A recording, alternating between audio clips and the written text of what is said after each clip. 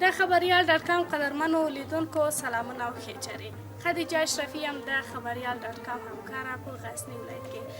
قدرمنو لیدونکو موږ نن داسې کورنۍ ته راغلي یو چې خپل خاوند یې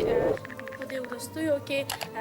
په جنګ کې له لاسه ورکړی ده او فعلا دا کورنۍ سرپرست نه لري، یوازې 3 لورګانې لري، یوه یې هم معلوله ده او د کور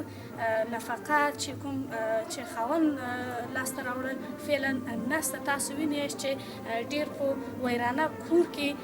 دا میرمن ژوند کوي. یو بل څه چې قدرمنو لیدونکو ډېر مهم ده هغه دا ده چې دا کورنۍ مخکې چې خاوند پور یې ډېر کړی و فعلا دا سرپرست نه لري او کوم پور چې کړی و اوس د دې پور په بدل کې د دې لور غواړي. دا چې نورې څه ویناوې لري او څرنګه دا لور یې په پور کې غواړي،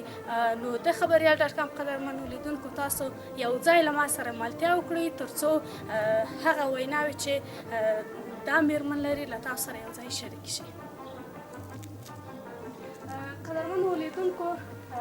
زه غواړم چې د دې مور کور ته ورشم. ما مخکې اشاره هم وکړه چې په افغانستان کې نه یوازې دا میرمن، ډېری میرمنې دي چې خپل د کور سرپرستان یې له لاسه ورکړي دي او اوس په ډېر بد وضعیت کې ژوند کوي. قدرمنو لیدونکو تاسو ما سره ملتیا وکړئ، زه ورځم او د دې مور کومې خبرې چې لري دا به ټولې له قدرمنو لیدونکو سره شریک کړم. د خبریال ډاټ کام قدرمنو لیدونکو موږ رالو د دې خور کور ته. تاسو وینئ چې دا خور په ډېر بد وضعیت کې ژوند کوي. ما مخکې هم اشاره وکړه نه یوازې دا خور، په افغانستان کې ډېری همداسې میندې دي چې په همداسې وضعیت کې ژوند کوي، نه یوازې غزنی بلکې په ټول افغانستان کې موږ ډېری همداسې میرمنې لرو چې ژوند یې همداسې له ستونزو او کړاوونو سره مخ ته. السلام علیکم، څنګه یاست؟ ښه یاست؟ صحت مو ښه ده؟ خورې ته کیدای شي د خبریال ډاټ کام قدرمنو لیدونکو ته خپل ځان معرفي کړي، نوم دې ووایي چې او تر څنګ یې ته خپله څو اولادونه لرې. ګرچې ما مخکې اشاره هم وکړه کیدای شي ووایاست.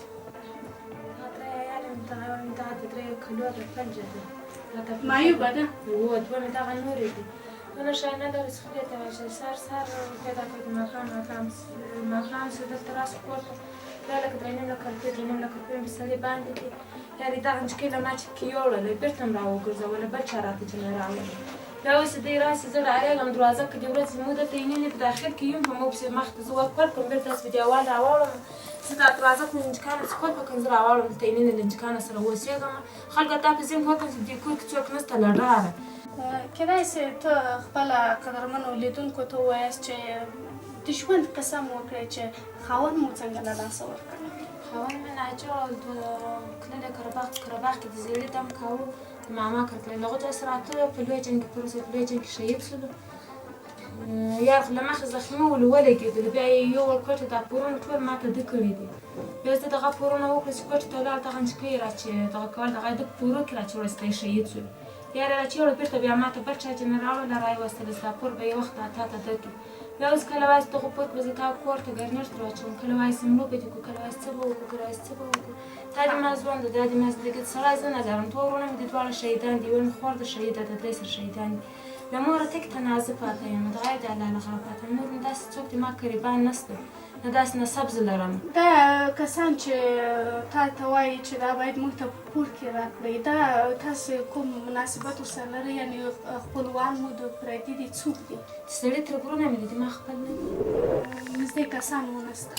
یا داسې ما خپل بېګانه دي؟ دغه نه دي وو پردي خلک. ښه، اوس کیدای شي لیدونکو ته ووایاست چې ستا ژوند څنګه تېرېږي، څوک ستا سره مرسته وکړي، داسې څوک تر اوسه پیدا شوي که نه؟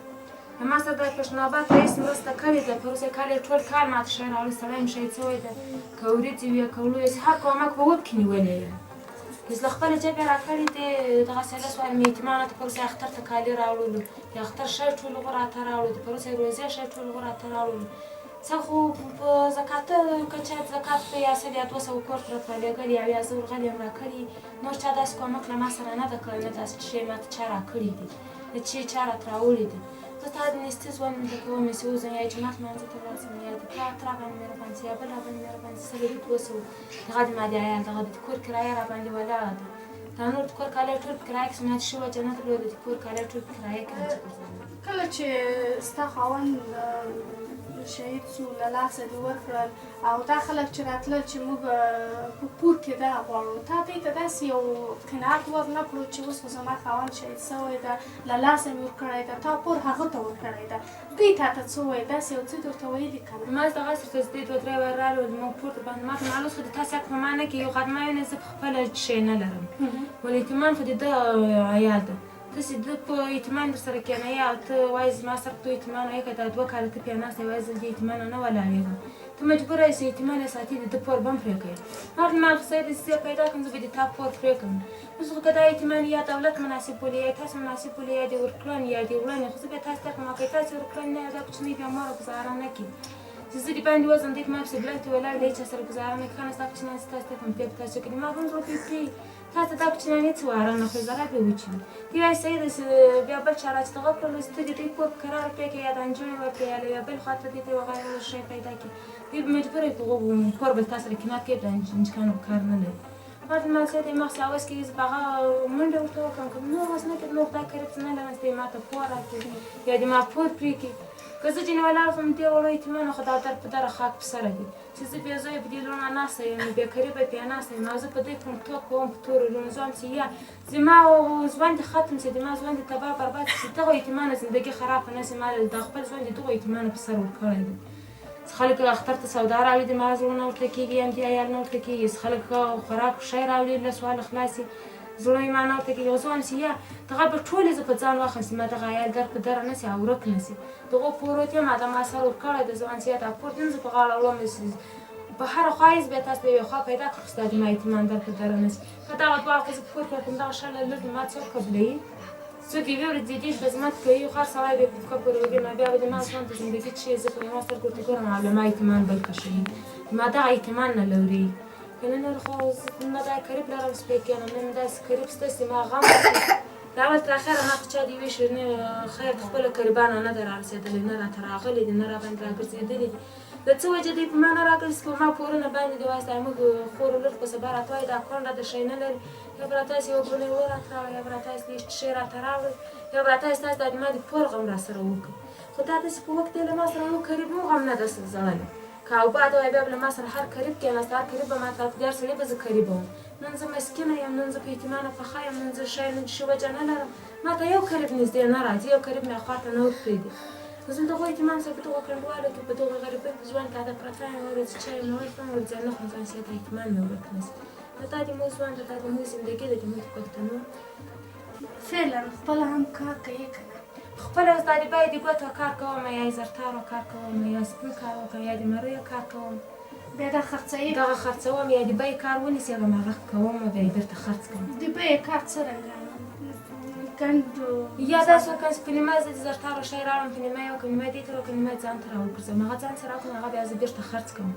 او یا داسې کوم چې د دوی په بیه زه کار واخلم بیه ورسره معلومه کړم چې په دغه دا کار درکوم یا په 1000 یا په 1500 دا کار زه درکوم دا تاسو ماته هغه پوره کړئ زه بېرته هغه کار وکړم سر ته ورسره کار دې ته وکړم هغه 1500 یا 100 یا 200 روپۍ زه راواخلم د عیال شی کړم یا یې ګاز کړم یا یې چای کړم یا یې شیرني کړم دا د ما ژوند نو د لاس کار به د ما څه چلاوي چې د بیلچې سړی زه نه لرم د کار سړی زه نه لرم د روزانه سړی زه نه لرم د ښځې به نو څه ژوند د څه بې زندګي داسې څوک نه د پښتانه د ما خپل نشته چې له ما سره دی داسې کومک وکړي چې یا د پورولو مخ له ما ونیسېږي او یا د یوې کرایې مخه له ما ونیسېږي هغسې قریب زه نه لرم د دا بل کور راته 1000 افغانۍ په ما د کرایې باندې دي په هغو کې له ما چې دوی د کور کالی ګرځوي ما د کور کالی به څه قیمت لري 1000 قیمت نه لري دوی له ما په کور کې ګرځولی دی اوس د غوښتنه څنګه له خلکو اوس د خلکو ته وایم چې ما سره که څوک یا د زکات کومک کوي یا کوم خیر خیرات کومک له ما سره کومک کوه بیا به زه هغه کومک راغلم زه به د دغې نجکۍ د پور غمه پکې خورم دغې نجکۍ پور به زه پرې کوم چې له ما چې دغه اطمینان جلا نه شي زه چې ناسته یم دغو اطمینانو په سترګو ناسته یم چې د ما د دغو یتیمانو پور پرې شي نور غیر ما اخیستن مړی ته د یو خان د یو خوا په خدای وګواله راکړي خاص زه ته نه کوم چې دغه یتیمې دغه پور خلاص کړم کله ما سره چا کومک وکړو کله ما سره چا کوم دغه وکړو زه به دغه یتیمې پور پرې خلاصوم چې ما یتیمه له پورو راوګرځي او زه له دې بدو ورځو خلاصه شم چې زه له یو یتیمه زړوره ووځم او یوه ګوله ورته راوړم یا یې د چي غمه وخورم یا یې د ډوډۍ غمه وخورم یا یې د اوبو غمه وخورم اوس خو چې زه له کوره وځم ما سره یتیمان کتار دي چې زه تر بازار رسېږم تر ما له مخې مې یتیمان چې مازدیګر په غرمه زه بازار ته رسېږم بیا بازار چې ولاړ شم یا یې سل روپۍ راوړي یا یې نیم سل روپۍ ما راوړي د ناوې ښځه هغه د ما چې څه شی کوي زه کرایه کړمه د عیال چې خوراک شی یې کړمه غله یې کړمه څه شی زه کړمه خو د ما د یوې خوا نه پرې کېږي د دې خور مکمله قصه قدرمنو لیدونکو تاسو واورېدل واقعا یوه دردونکې قصه وله خدای هیله چې د دې خور سره لاسنیوی او مرسته ترسره شي قدرمنو لیدونکو خپرونه په همدې ځای پای ته رسېږي له ملتیا مو یوه نړۍ درنو مینهوالو آیا غواړئ تازه خبرونه راپورونه مرکې د معتبرو لیکوالو مقالې او پر بېلابېلو موضوعاتو ویډیو راپورونه ترلاسه کړئ نو خپل فیسبوک ته ولاړ شئ او د خبریال ویب پاڼه خوښه کړئ تاسې ته به د خبریال هر خپور شوی مطلب تر نورو وړاندې درځي مننه